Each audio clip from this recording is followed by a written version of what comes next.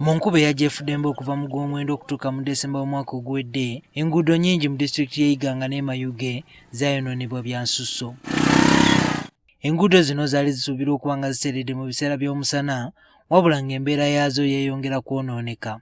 Abatwala disitulikiti y'Iganga bwe babadde batongoza enteekateeka y'okuddaabiriza oluguudo lw'e Bunyiiro Buwologoma, bategeezezza nga disitulikiti eno bwe yakola embalirira ng'enguudo ezaayonoonebwa okuzikola kyetaagisa ensimbi nnyingi. Okukwasesingamu damage y'enguudo dino nga kunekuliza obuwumbi 5 ne miliyoni 9. Bwe twakola assessment eno twagyerezaayo ministry era tuli kulindirira ekinava ministry. Budget gye tulina tugyakola enguudo 2 donkadde tusobola kukola oluguudo olw'e Buniiro paka Nankonge n'oluguudo olw'Ewalukuba paka e Bulowooza. Bano batubuulidde na kiki ekizingamizza omulimu gw'okuddaabiriza enguudo.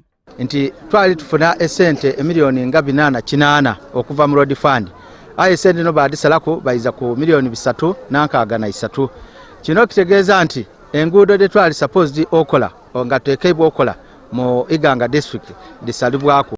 Abatuuze bagamba ebyentambula bisusse okukaluba olw'embeera y'enguudo. Yona yaidula biina era nze niduusi nagwa nameneka olwala luno. Abantu bameneka buli kaseera, pikipiki dikubya abantu n'emmotoka edindi entono tidikasobola kubita. Atuukira ku n'abakulembeze ne ku Igombolola baateko bati mu mwaka guno luziramu. Wabula RDC w'Iganga agamba nti emmotoka z'ebikajjo nazo zikola kinene okwonoona enguudo. N'ab'ebikaddo babanga ebimmotoka bifiirwa hagati mu luguudo kye bakola bajja baleeta embago n'ebitiiyo basima. So basima baleka awo agayina nga gasinga n'amagulu.